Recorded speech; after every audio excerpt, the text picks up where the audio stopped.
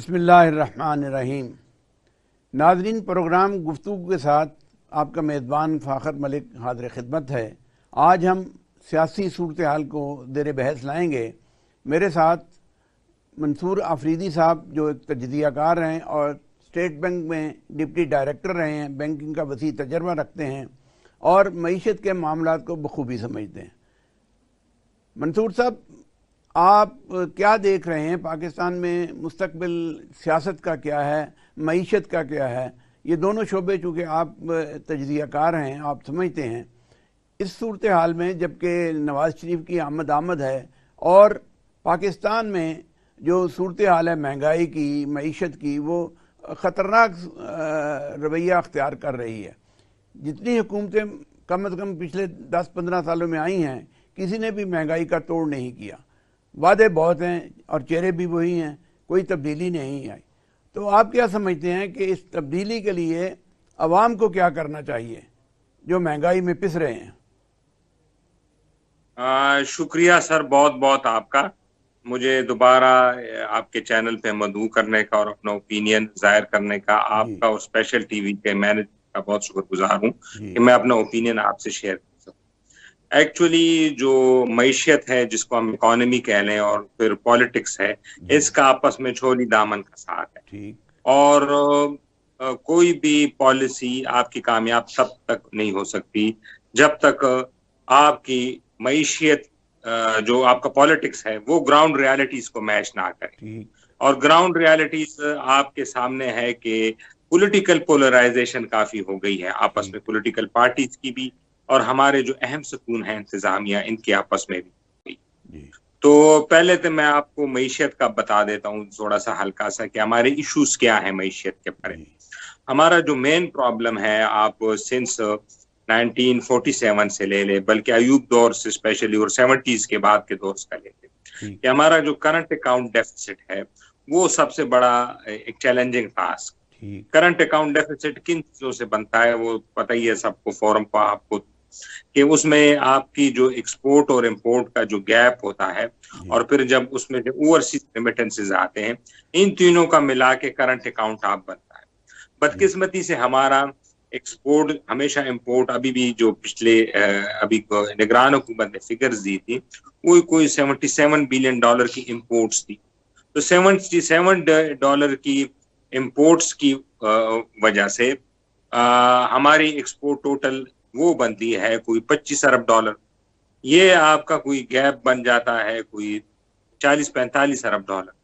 اس میں سے آپ ڈال لیں اوورسیز ریمیٹنس جو ہمارے باہر لوگ بیٹھے ہیں، اور جن میں ڈیجیٹل اکاؤنٹس تھرو، کہ میں نے اسٹیٹ بینک میں ڈیجیٹل آپریشنز پہ بھی تھوڑا بہت کام کیا ہے، تو ان کے تھرو اس میں کوئی بہتری آئے ہے تو وہ کوئی $30 ارب۔ لیکن پھر دوبارہ بدقسمتی سے سال 1.5 سال میں جو ڈالر اور جو انٹر بینک اور جو ہمارا کرب مارکیٹ ہے، جس کو اوپن مارکیٹ بھی کہتے ہیں، اس میں بھی فرق بہت تھا۔ مطلب 335-330 اوپن مارکیٹ اور 307-310 انٹر بینک۔